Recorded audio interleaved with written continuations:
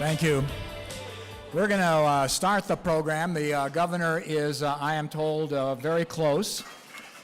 So we'll just, you continue to eat, obviously, and we'll just start a bit of a program and then wait for a moment until he gets here.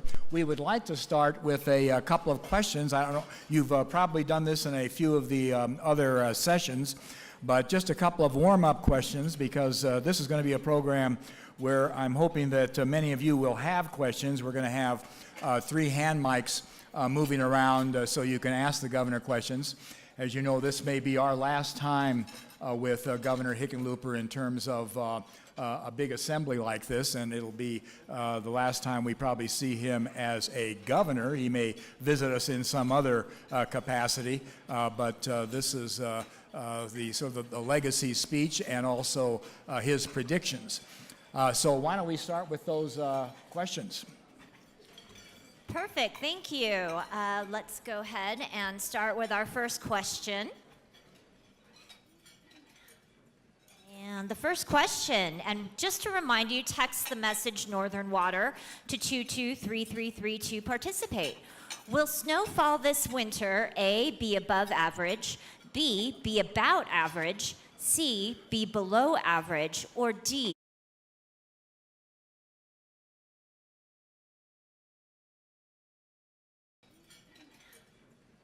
And the first question, and just to remind you, text the message Northern Water to 223333 to participate. Will snowfall this winter, A, be above average, B, be about average, C, be below average, or D, be well below average?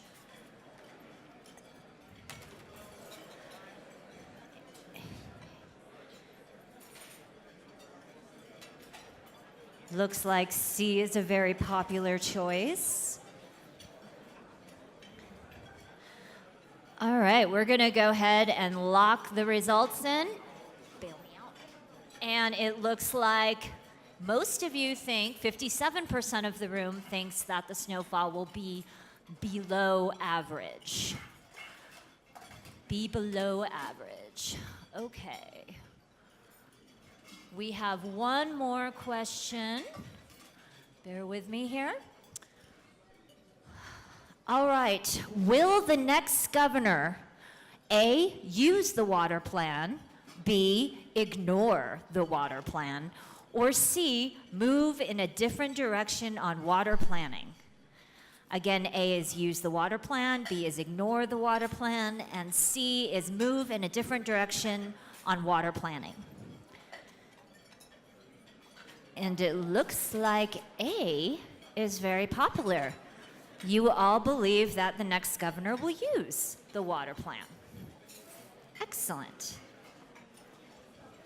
We'll go ahead and toss it back to Mr. Cerulli on the stage for some comments about the results. Well, definitely those are a couple of topics for the governor. As you know, there was a front page story with an expert from Cresta Butte who said it's not time to panic yet. So it looks like you all agree that it's probably, we've got a lot of storage, but this could be a pretty thin year. And I was impressed on the water plan. My view is that you have to work hard to see to it that these things don't just go on a shelf and disappear. We are going to have a new governor and sort of making sure that the water plan and our water issues are as high up in this selection as rural broadband and transportation and K-12 funding and all the other things that the state has to deal with, I think is essential for this organization. This is the organization that needs to be able to do that. This excellent lunch was presented by the Colorado Water Resource and Power Development Authority. They are a regular sponsor of many of these lunches, and they always emphasize getting a quality meal for us, and we thank them for that. The staff decided that one way to kind of thank you and interact a bit is to write a poem, which they asked me to read, and I think it may come up on the screen, but it is providing loans at low cost so that your financing worries can be lost. With Mike Brode at the helm, no project can overwhelm. Stop by our exhibit in the hall and tell us about your project, large and small. And so eat your food before it gets cold and think of us before your bonds are sold. Is that a creative crew? Thank you for that lunch.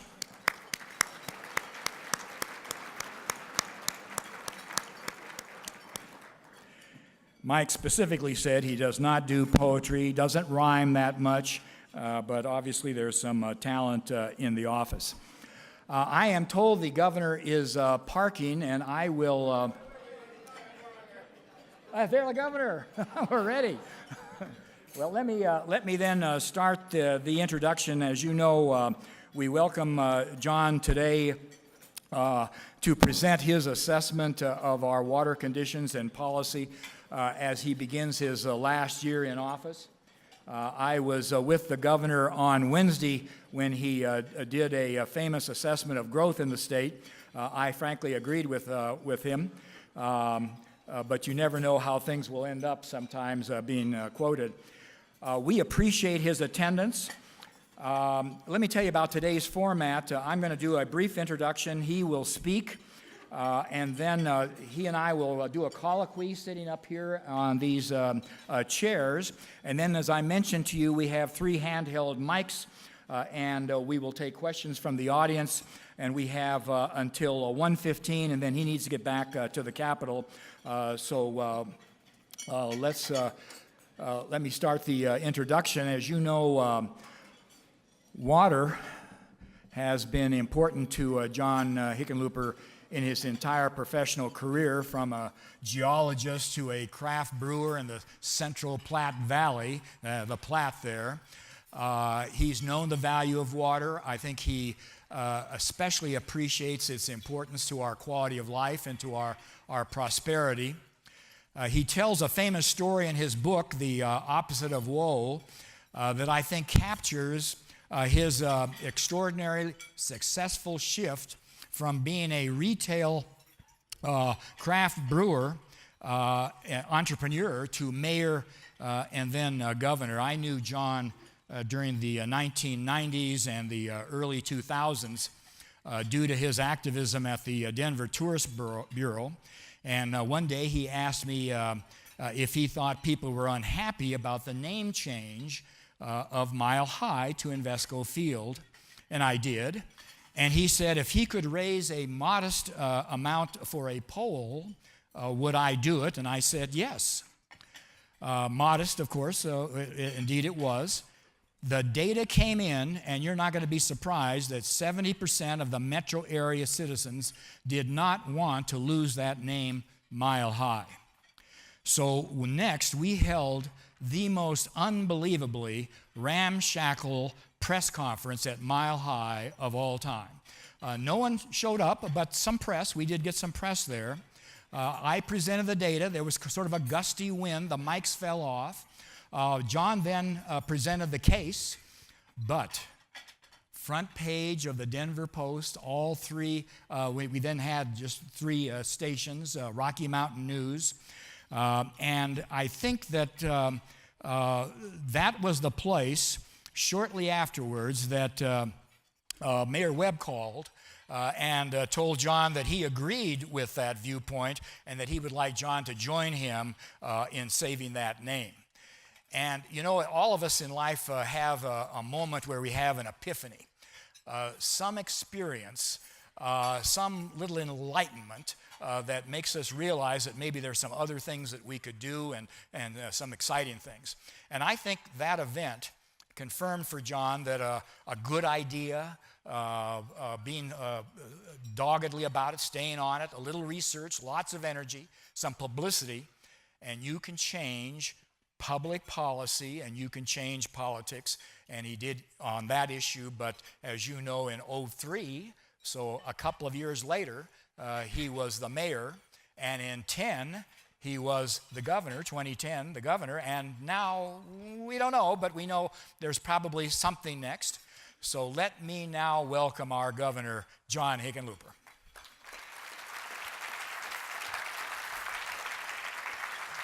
I had to tell that story.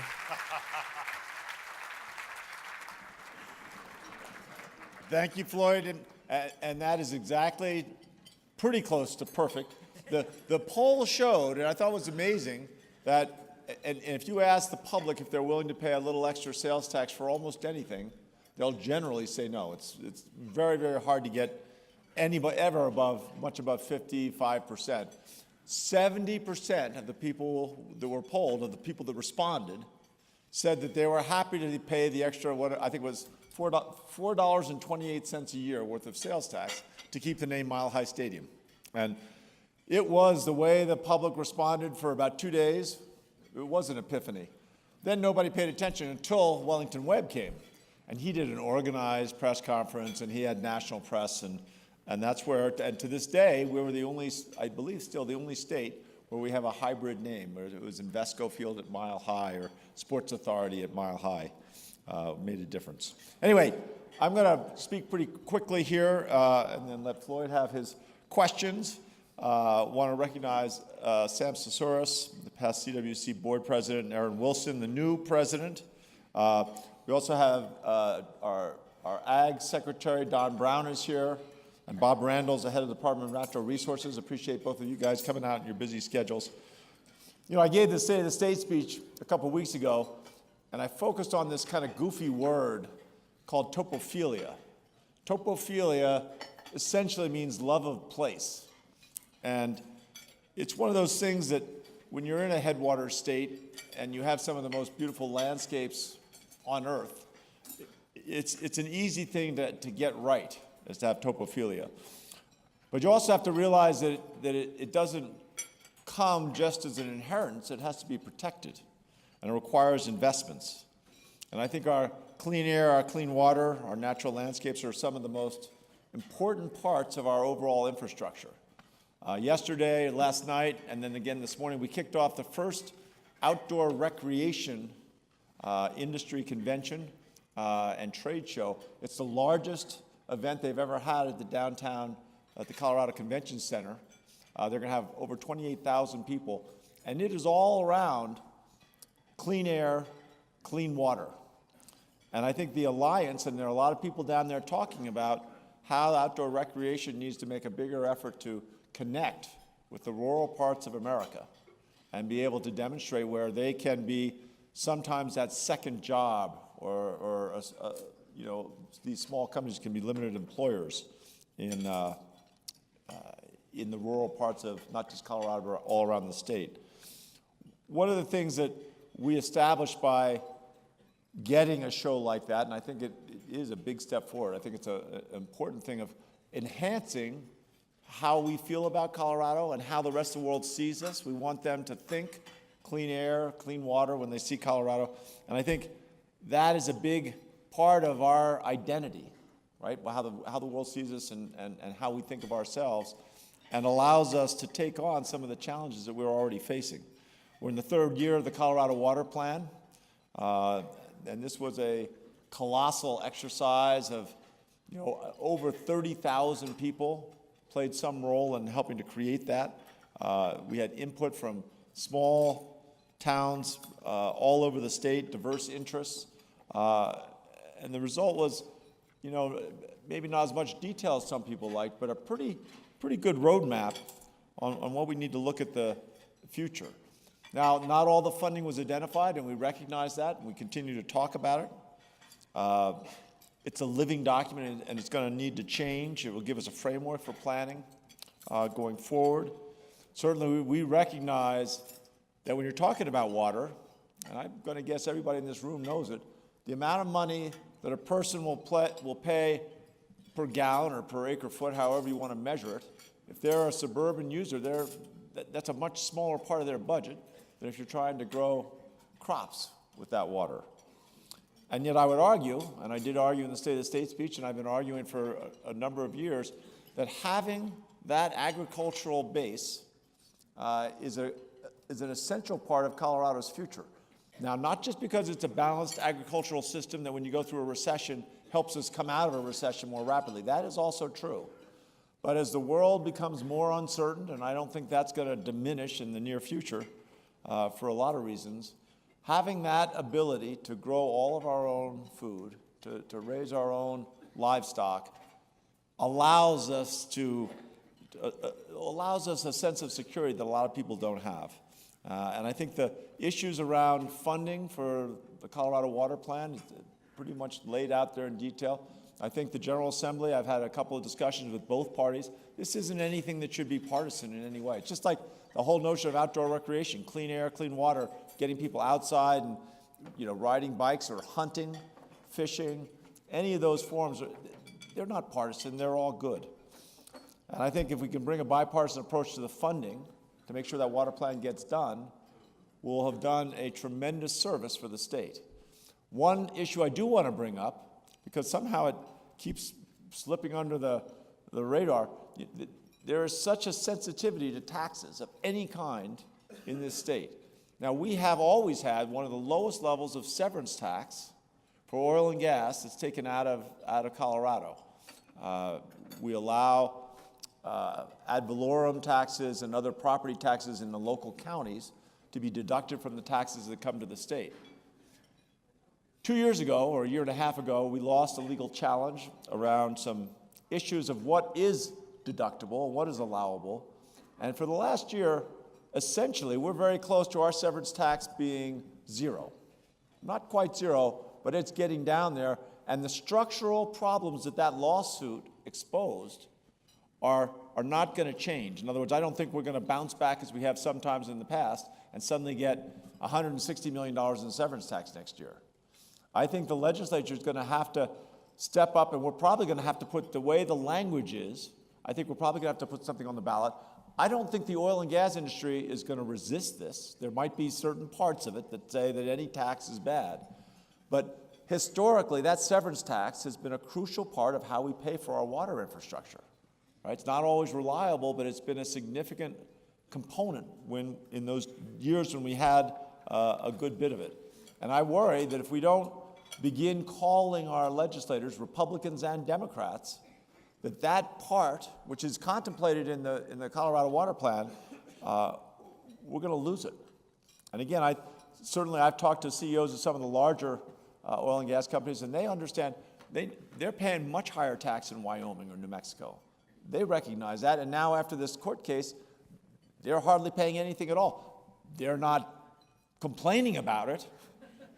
They're not hiring lobbyists or lawyers to rewrite this, but they're not going to stand in the way. But we need to prod our elected officials in the General Assembly to make sure they take this up and not put it off. I had a group last week said, well, I think we'll have to study it. Well, let's get something simple. I think we all know what it is. We can see what all the other states are doing, take the best practices, sit down with the oil and gas industry so that they're part of the discussion. But that should not take 6 months or a year. I understand that is going to rub some people the wrong way, but it's all of our water. And that infrastructure is crucial to making sure we can protect it.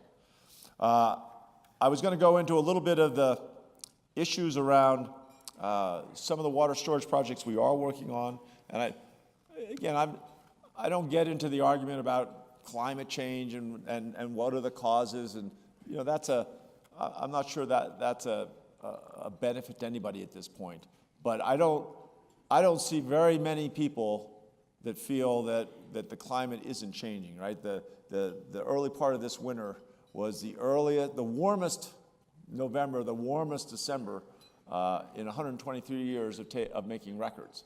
And then, of course, when we're going to get a cold patch, that does not mean that the overall trend is going to change. And whether we like it or not, there is the potential, again, I'm not trying to say the sky's falling, but there's a potential that we're going to have more droughts, or at least we're going to more frequently have droughts, and that there's going to be a probability that some of those droughts are going to be worse than the ones we've experienced in the past. If you remember you don't have to go back too much further than 6 or 7 years, 5 or 6 years ago, to see some pretty bad droughts. We've had some great successes with conservation. A number of municipalities are using 20% less water than they were using a decade ago or 20 years ago. That's great first steps, but we know there's more that they can do. We're operating a couple of what they call alternative transfer methods, ATMs. I always thought ATMs meant something different, but these alternative transfer methods, I think, have great promise. The Catlin project down in the Arkansas Valley has been getting, I think, genuinely good reviews by both the farmers and the municipal participants. And then the Point of Rocks 2 is an ATM pilot over near Sterling and had over 98% participation by the eligible farmers in 2017. So this is the kinds of efforts that we've seen, the cooperative effort with the Water Conservation Board and the Department of Agriculture and a number of stakeholders on the Western Slope helped achieve the part of the vision of the water plan, where they took $2.77 million of state investment and leveraged almost $26 million of federal investment. But we've got more to do, and certainly every indication coming out of Washington is that their intention is to shift costs for almost all forms of infrastructure onto states and local municipalities. Again, I'm not judging it, I'm just saying that that seems to be the direction that we're going, and we need to be ready. We better have some plans on our own turf. If we're going to lose funding from the federal government, we need to figure out how we're going to replace that funding. So we've got more to do. We don't have all the answers in the water plan. We have left a lot of that as a living document that we want people to reread it and look at it and figure out ways we can improve it. I do think that that downturn in the severance tax is something we're going to have to address. But I feel every year that we're making real progress. And I think there's a recognition in the urban and suburban parts of this state that they have an obligation, a responsibility, and a commitment to make sure that we keep more of Colorado's water on the land where it can grow crops. And when you begin to change that public perception and that sense of obligation in the urban and suburban areas, that's where real change occurs. So I realize you guys are all part of changing that, and I think we need to continue to find better ways to express that and talk about it so that acknowledgement of responsibility continues to grow in the urban part of the state. With that, I'll turn my future over to Mr. Cerulli, and I say not without a certain amount of caution. Thank you.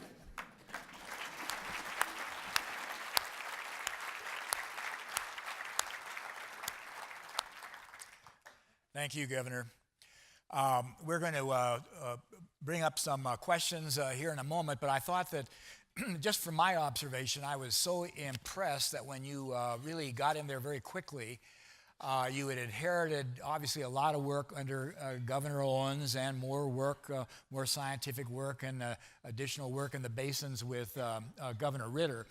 But you moved very quickly. You appointed John Stolp to be your person in your office to sort of represent water issues, and you put in place this plan, which we just asked this audience what they thought about it, and they were pretty optimistic that it's going to be carried out in the next administration.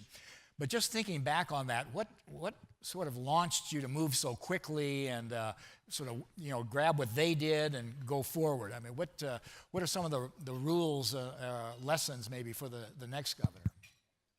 I guess, and part of that, I was in the beer business, and you have a great appreciation for water and the quality of water and the scarcity and the cost. But also, when I ran to become mayor of Denver, and I'd never run for student council or class president. I had thick glasses and acne when I was a kid. Nobody would have asked me to run for anything except for, to get them some beer. We all grow up in different places.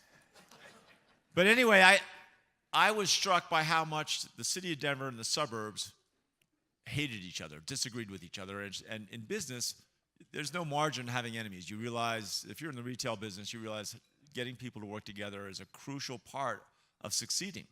And so I went around in that campaign, I went and visited with a bunch of the mayors in suburban Metro Denver, And I said, there are a bunch of things that we are all joined at, and a lot of the older Denver, we call them the water buffaloes, but the people that, I mean, Denver has senior water rights. They weren't going to run out of water. And they were upset over the Poundstone Amendment and things that the suburbs and the rural areas had done to kind of girdle their growth.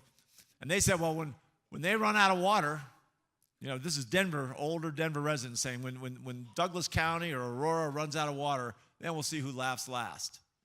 And I'd be sitting in their living rooms and I would laugh. And I'd say, you're kidding me. If Aurora runs out of water and they have to suspend building permits, and that gets into Time Magazine, well, Time Magazine used to be a big thing if you get into Time Magazine. But that gets into Time Magazine, then the value of every person's home in the whole metro area goes down. And I went out and talked to the suburban mayors, and I said that they had to be part of this, that Denver, from now on, if I got elected, I would make sure we would never made a decision that came at the expense of the suburbs. We realized we had to have great suburbs in order to have a great city, and that we hoped that they recognized to have a great suburb, they needed a great city. And we built a partnership with that metro area, and water was a big part of it. So when I first got elected, I had a real sense of urgency. I had a recognition that this was, if we didn't begin addressing it rapidly, the problem was going to snowball out of control. And I was lucky because Governor Ritter had John Stolp on his staff as I guess at that point, he was Secretary of Agriculture, I guess. Commissioner of Agriculture. I like Secretary better. Don Brown's not happy being Secretary. He wants to be Commissioner, so I'll keep it. John Stolp was the Commissioner of Ag. But anyway, I took him and made him the water czar because I need somebody who understood water from every vantage point. And he'd been a dryland farmer, had done a lot of irrigation as well, and he knew the state inside and out. And we would not have, and when you get a chance to see John Stolp, I don't think he's here, but when you see him, thank him, because he spent more time getting this Colorado water plan done than probably the next three people added together. I think your reference to severance tax, but the fact that you mentioned in your State of the State, and it's just sort of obvious that we definitely need additional funding for some projects in rural areas, and that ratepayers alone can't do it. Waiting for federal funding seems not very productive, so that we have to do something. And so your sense is that in a future administration, with the right conversation, that would be possible? Yeah, I think that and we've got a legal opinion that if we could figure out the right way to find new revenues, and there's a group of people that feel that there's a bunch of wasted money in the state government, I can pretty much guarantee you, I ran a business, the restaurant business is as tough a business to make $1 in as there is. And I'm not that clumsy with budgets and waste. And when we went through the Great Recession in 2007, 2008, 2009, we cut so much of government out, and we've been building it back, but we're still, if you just put on a per person basis how much money the state spends per capita, and you look at where we were in 2000, you draw a line for inflation, we're still well under that line. And there isn't a hidden place where we're going to find $500 million or even $300 million a year to pay for our infrastructure. And we had a legal opinion. I think it's important to keep this together because I think there are three things we should be thinking about when we talk about infrastructure. It shouldn't just be transportation. I think it needs to be transportation. That's obviously the largest cost. But I think it needs to also be water. And again, if we're able to even get $80 million, $100 million a year, that would go a long way towards filling the gaps that we have in the Colorado Water Plan, and probably even less than that once we look at the other matching grants. But we're working on that. And then the third thing is broadband, making sure we get broadband in every part of the state. And if we're ever going to really have long-term sustainability and provide a level of stability to our rural economies, we need more different jobs. There doesn't have to be a whole ton of jobs. I talked about this, I had a group of 12 Future Farmers of America over for lunch just about exactly a year ago as part of the stock show. And I went around the table and everyone said where they were from, what they loved about their town, what animals they brought to the stock show. At the end of this wonderful lunch, I asked them, I said, well, if each of you could get a pretty good, let's call it above average job in your hometown, would you move back there after they're all in college. These kids are all 18, 19, 20 years old. So would you move back to your small town in Colorado if there was a job there? And every one of them put their hand up. And one of the girls came up to me afterward and said, it'd be one thing for me to get a job, but I hope I'm going to have a boyfriend. I'm going to fall in love and have a husband. And then the question is, how do we get them a job? And I think broadband is going to be a big part of allowing small companies so that some people in the rural economy need a second job, right? They need income when they're between planting and harvest. We need to begin looking at providing more incentives, and we're doing this. We're going to the General Assembly, but providing more incentives for entrepreneurs, both in small towns, but from other parts of the state, along the Front Range, to set up their small businesses in rural Colorado. Because ultimately, you don't need to have, it won't bankrupt the state, because a relatively small, you're talking about 10,000 jobs spread across the state, or let's say 25,000 jobs spread across rural Colorado would have a significant difference. I mean, it would really make an impact, and the cost is something that, at least in my book, that I think the state could easily afford. There has been a lot of talk about there would be some infrastructure money, hundreds and hundreds and hundreds of billions of dollars. But to some extent, it depends upon, it's from Washington, to some extent it depends upon there being a consensus, and both parties have some interest in it. Your recent experience of trying to find a compromise on health care, and then just watching the most recent group of 30 in and out of Susan Collins' office, trying to reach some compromise, trying to reach a consensus on DACA. Are you optimistic that over this year those kind of forces could push something that both parties agree with? Say, for example, on infrastructure. There may be other issues, but I'm just thinking about that one. It's so much fun just to poke Washington. I mean, it's just such a big target these days, but I don't think that does anybody any good. And there are some people in Washington that are the most frustrating and really unconstructive people that I know. But there are also a lot of serious people who are in Congress and they're in the U.S. Senate who do care. And they are working together to figure out what are the compromises. We know, I mean, you go around this room, and there's a pretty good cross-section of rural Colorado in here, and ask them how you feel about immigration. And you're going to get every opinion under the sun. The trick is not whether you're going to be 100% right or 100% wrong, your neighbor's right or wrong.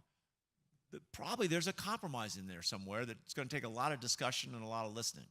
And I remain optimistic, and I think we all have to be optimistic and treat that optimism as something that's viable, that we're going to be able to get a compromise in terms of infrastructure, which, Floyd, what you brought up.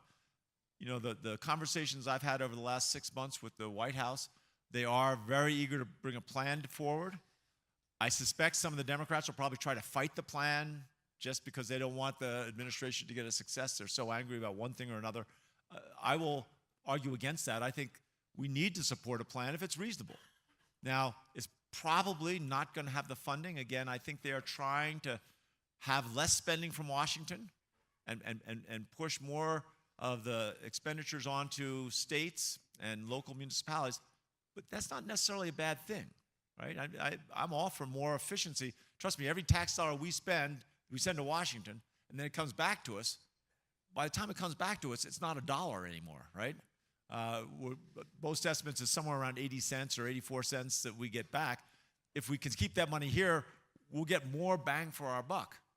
But tied up in that is we've got to be willing to figure out what the best way to tax ourselves is and make sure that we really are paying less taxes to Washington. And I think that the first step is it looks like we are going to pay some fewer taxes to Washington.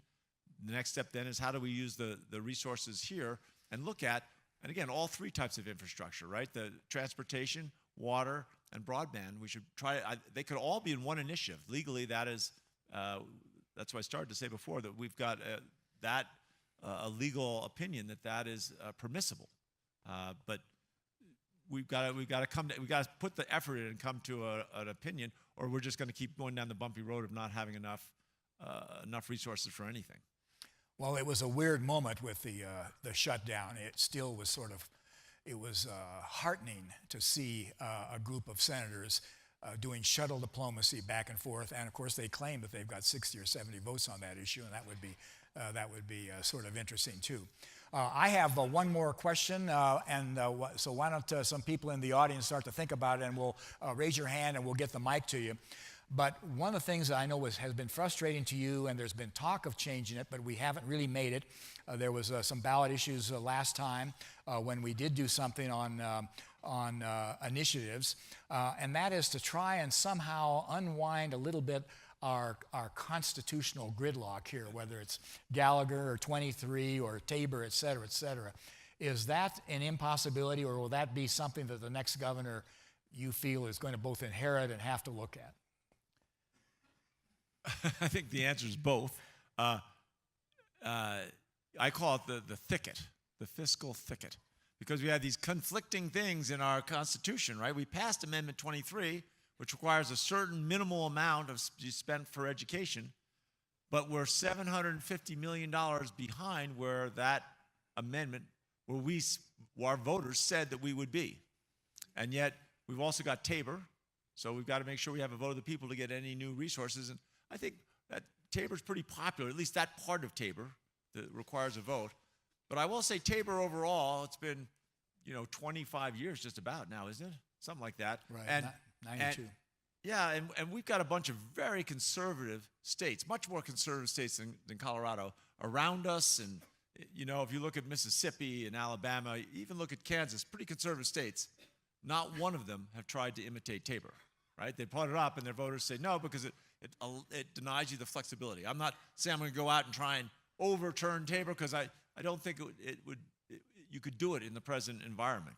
No one's willing to do it. But it does make our issues more difficult here. And it certainly, in terms of the Gallagher Amendment, and I don't know how many of you are in touch with your local counties and your municipalities, but that is a ratchet. What Gallagher does is it protects, and this is not a bad thing, it makes my job of attracting entrepreneurs and businesses to Colorado a lot easier, because per $100,000 of value, your taxes on your home in Colorado are a lot less than pretty much anywhere else in this country. They're less than they are in Texas, California, Michigan, the East Coast, you go anywhere. But that's coming at a cost, and the two places that it shifts cost to our businesses, right, our commercial real estate, but especially it has been ratcheting down the revenues for small towns. And that is going to happen in 2 years. We got a projection that, again, that's going to ratchet another 5 or 10% out of the budgets of our small towns and municipalities. And I think that's when we're going to really try and take on this General Assembly. I'm not sure we'll be successful. Some of my staff say, well, don't try it. If you don't get it done, you'll be a fail. It'll be one more thing you didn't get done. But there are going to be a lot of things I didn't get done. But, if you're not willing to take a shot at some of these things, you're leaving opportunity on the table. So I hope that Gallagher, I'm not sure what the solution will be, probably something that allows it to ratchet down one more time and then stops the ratcheting going forward. It'll be something we'll all have to vote on. And I'm sure there'll be a lot of people saying, no, I don't want to ever. I want the property taxes on my house to continue staying completely flat or even going down.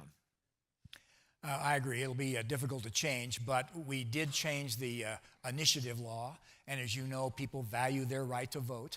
But there had been such abuse of it, and we were getting such a volume of initiatives, and some of them were so eccentric and frankly dangerous if they had actually passed, because they had a certain demagogic attraction to them. But if they had passed it could have wrecked government. That we managed to do that. And so I think it's going to take probably a little crisis.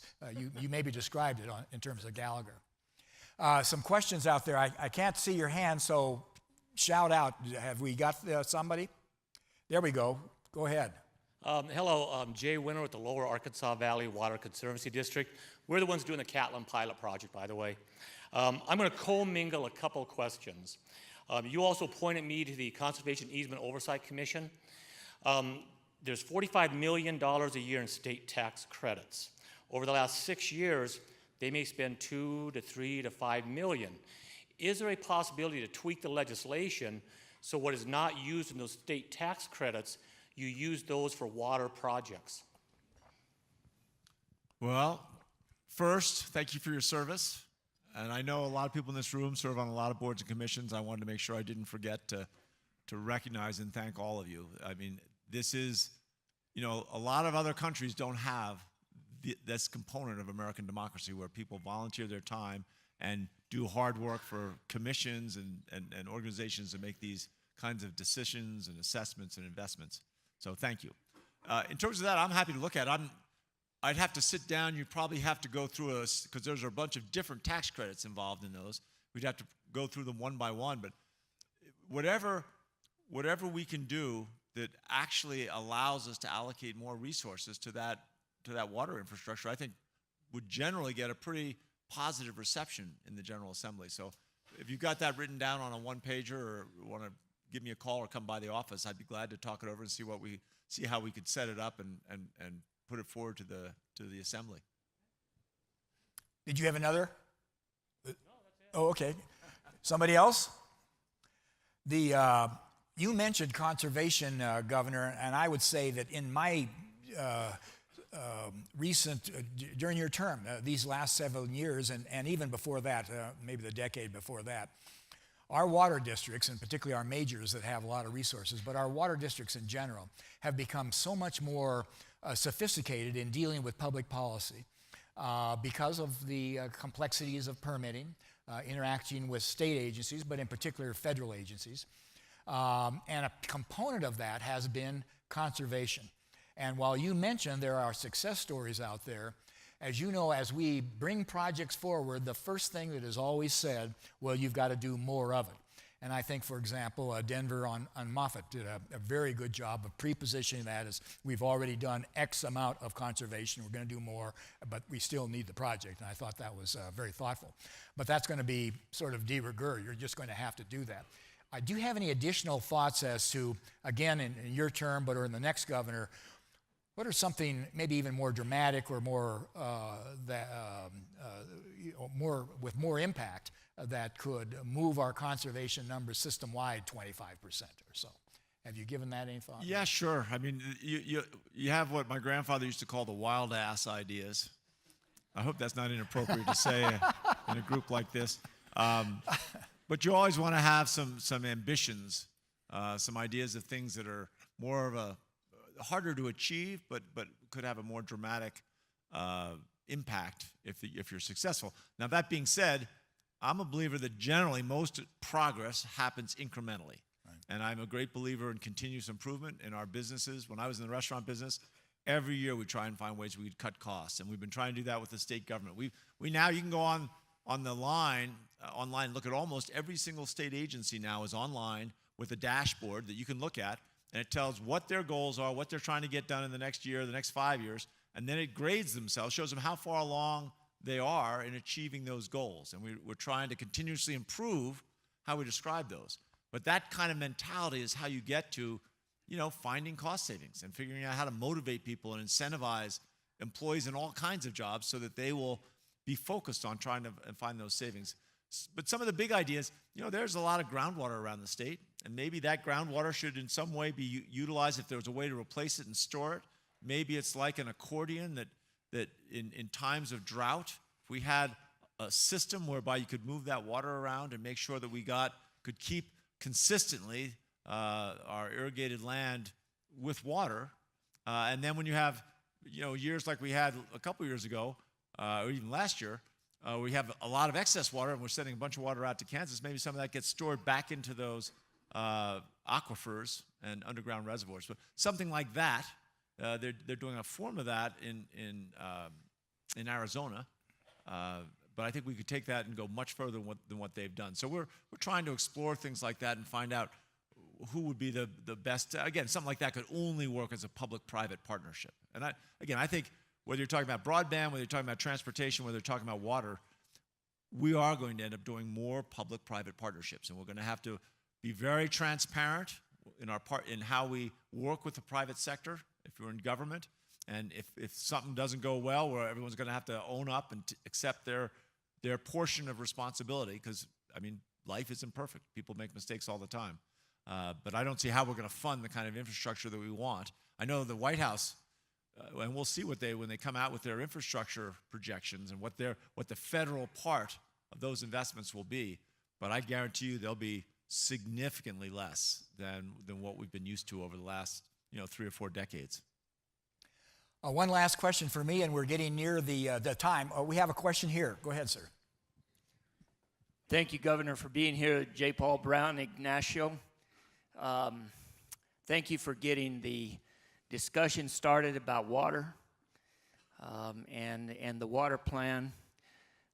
The South Platte water storage bill and study just came out, and there's been 8 million or almost 8 million acre feet of water that's gone to Nebraska above the compact that could have been, that's in the last 20 years, that could have been stored here in Colorado.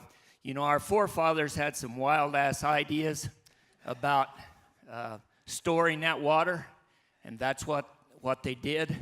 How about a wild-ass idea to store that on the South Platte? Well, nothing like a wild-ass idea. The complications of creating that, I don't know what level of storage, but you're talking about one of like 3 forks or 2 forks, or my 15-year-old son calls it 1 fork. He said, didn't it turn out just to be 1 fork dam? I said, no, didn't get built. But I think those are again, challenges because so many people don't feel that our water utilities have done sufficient conservation. That's why I think the groundwater storage is so appealing, is it allows you to circumvent a lot of that process, that public process you have to go through anytime you build a large facility like that. Because almost always, when I talk about topophilia, the love of place, any place you want to build storage, put a big dam, you're generally taking away, there's a bunch of people that love that piece of land. And they've been hunting there, they've been recreating there, and they're going to fight like blue blazes to try and make sure that land isn't taken, the way they know that land isn't taken away from them. So we've got, I know, a bunch of plans we're looking at in terms of trying to evaluate everything, and we are looking at various storage projects.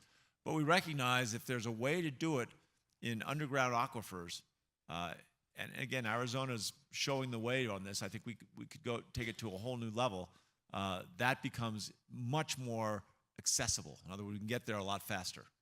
I would just close by pointing out, in my view, that your administration, DNR, parks, health, have dramatically improved over the years in terms of their ability to coordinate and help the permitting process. As you know, several significant projects and smaller ones have been permitted. There's a couple that are, frankly, in line. They may make it before you leave, but are at least moving in a very positive, good direction. So my view is that you've made real progress in what is one of the most difficult, frustrating, time-consuming, expensive processes that we have. But it goes to what you just described, and that is topophilia. Well, and this is probably the last time I'll get to speak to this group. Certainly as governor, I think it's unless somebody changes the Constitution. And I think a lot of what we've done has been the result of people like the people in this room. And, I came into government, there are a lot of people that the moment they were in junior high school, you can tell they wanted to boss people around. And I knew those guys. They wanted to be elected this or elected that. That wasn't me, right? I never ran for student council. No one would have even given me a second thought if I tried. And I did this. Ran for mayor, I ran for governor, because I thought that small business practices and how you manage people, and that in the end, we have to believe in government. As frustrating as it is, and however many mistakes I've made, you got to keep trying to get it right. And I give away, if you average it out, at least I've given, Colorado's the second lowest paid governor in America, $90,000. Hey, I recognize $90,000 is a lot of money. But I made enough money in the restaurant business. I think if you average it out, I've given away my $90,000 every year that I've been governor, just to make sure we make that point that I'm not in this for something for myself. And And I'm not going to go out and go to the ex-governor's club and suddenly start getting giant consulting fees. I hope that once I finish a year from now, that we'll feel that the state's a little better than when I started and set a foundation for whoever the next governor is, that they'll come along and without self-interest, for the good of the state, this is what go back and look at the history of our governors and the history of our government. It's a succession of people that have been generally, there's some exceptions, but generally selfless. They're giving their time just like Don Brown is, or any of the people in our administration. And just like all of you guys, you're doing the same thing. So anyway, thank you, Floyd, for your Thank kind you, words. Governor.